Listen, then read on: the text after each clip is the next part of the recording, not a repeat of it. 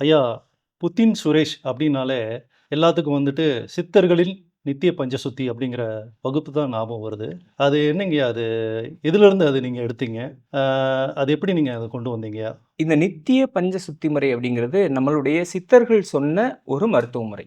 சித்த மருத்துவம் அப்படின்னோனே நெறைய பேருக்கு என்ன தோணும் அப்படின்னா, அந்த பஸ்பம், செந்தூரம், ரசமணி, லேகியம் இதுகள வச்சு குணமாக்குற ஒரு வழிமுறை தான் எல்லாருக்கும் தெரியும். இதத்தான் நெறைய பேரு பிராக்டிஸ் பண்ணிட்டு இருப்பாங்க. இதை தாண்டி மருந்தில்லாத ஒரு மருத்துவ முறையை நம்மளுடைய சித்தர் பெருமக்கள் சொல்லியிருக்காங்க. அதனுடைய முதல் படி தான் நித்திய பஞ்ச சுத்தி முறை அப்படிங்கிறது. இந்த நித்திய பஞ்ச சுத்தி முறைய பத்தி குறிப்பிடாத சித்தர்களே கிடையாது. இன்னும் சொல்லப்போனா நம்மளுடைய திருவாசகத்துல கூட இதுக்கான குறிப்பு இருக்கு. "காலை மலமொடு கடும்பகல் பசி நிசி வேலை நித்திரை யாத்திரை பிழைத்து" அப்படின்னு திருவாசகம் சொல்லும். காலை மலமொடு அப்படிங்கிற அந்த ஒரு சொல்லு, இந்த காலையில எந்திரிச்ச உடனே மலத்திலிருந்து பிழைக்கணும் அப்படின்னு திருவாசகம் சொல்லும். இந்த மாதிரியான குறிப்புகள் திருவாசகத்துல, சுந்தரர் தேவாரத்துல, திருஞான சம்பந்தர் தேவாரத்துல எல்லாத்துலயும் இருக்கும். சித்தர் பாடல்கள்லையும் இருக்கும். மருத்துவ பாடல்கள்லையும் இருக்கும். இத பத்தி சொல்லணும் அப்படிங்கிறதுக்காக தான் இந்த நித்திய பஞ்சசுத்தி முறைய பத்தி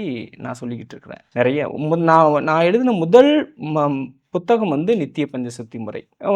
நான் எடுத்த முதல் வகுப்புக்கு பேரும் நித்திய பஞ்சசுத்தி முறை தான்.